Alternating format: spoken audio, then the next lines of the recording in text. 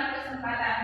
Tak lupa kita kirimkan salam kepada baginda Nabi Muhammad SAW yang berlafazkan Allahumma sholli ala sayyidina Muhammad wa ala alihi.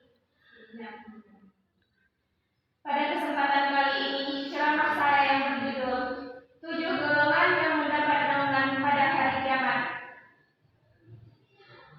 An Abi Hurairah radhiyallahu anhu an Nabi sallallahu alaihi wasallam qala sab'atun yuzilluhumullahu fi zillati yawma la zilla illa zilluhu.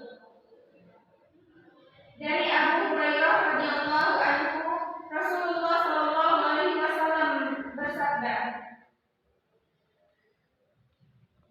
7 golongan yang dinaungi Allah dalam naungannya pada hari di mana tidak ada naungan kecuali naungan Allah. Yang pertama, al-imamul adil, imam yang adil. Pemimpin ini bersikap adil dalam hal amanat, ia benar-benar mengembannya dengan baik, tidak melampaui batas dan tidak meremehkan. Keadilannya tidak beralih pada harta dan tidak beralih pada kesenangan dunia. Itulah pemimpin yang akan mendapat naungan Allah pada hari kiamat. Yang kedua, wasyabbu nasya'a bi ibadatillah. Seorang pemuda yang tumbuh dewasa dalam beribadah kepada Allah. Kenapa disebut pemuda? Karena pemuda asal nafsunya begitu tinggi pada dunia dan kebanyakan itu lalai dari akhirat. Kalau ada pemuda yang rajin berjamaah di masjid, rajin menghadiri sholat fajar, akhlak pun bagus pada ibu bapaknya, dialah pemuda yang jadi harapan akan mendapatkan naungan Allah pada hari kiamat. Pemuda seperti itu sangat jarang kita temui saat ini karena kebanyakan pemuda itu lalai. Di antara mereka lebih suka bersenang-senang dan berfoya-foya. Ada kesempatan untuk bermain game atau ngebut-ngebutan di sore hari atau bermain band, waktu mereka habis untuk hal-hal sia-sia semacam itu. Bahkan maksiat pun ada dijadikan hobi. Yang ketiga, warajulun da'athul amra'atun zatu manzibbi wa jamali wa qala inni akhafullah.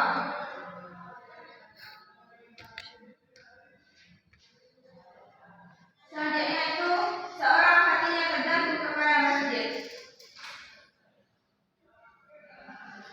Yang dimaksud di sini adalah laki-laki, karena wanita lebih banyak tempatnya di rumah. Sampai pun untuk sholat 5 waktu, wanita lebih utama mengerjakan di rumah dan pahalanya lebih besar. Sedangkan laki-laki tempat sholat itu di masjid.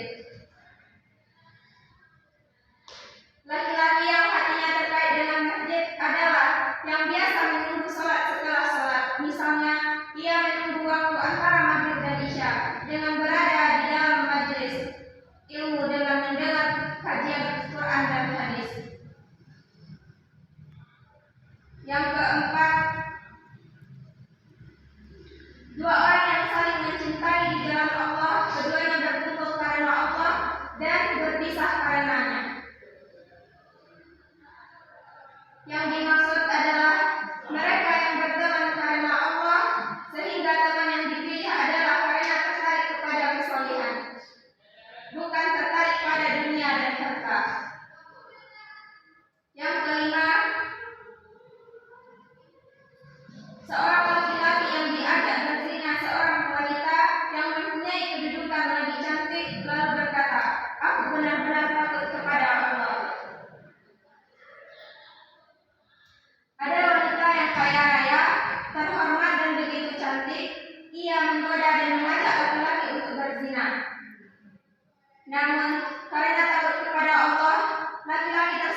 tidak melakukannya. Dialah termasuk orang yang termasuk dari 7 golongan tersebut. Yang selanjutnya, yang keenam,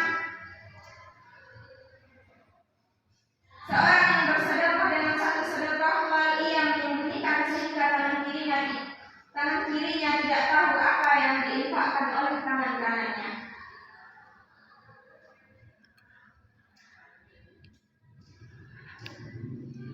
Maksudnya, sedekah yang paling utama adalah sedekah yang dilakukan secara sembunyi-sembunyi. Lihatlah ibarat yang dinyatakan oleh Nabi SAW, tangan kanan yang berinfak lantas tangan kiri tidak mengetahuinya. Ini menunjukkan bahwa yang paling dekat saja tidak mengetahui kalau ia bersedekah.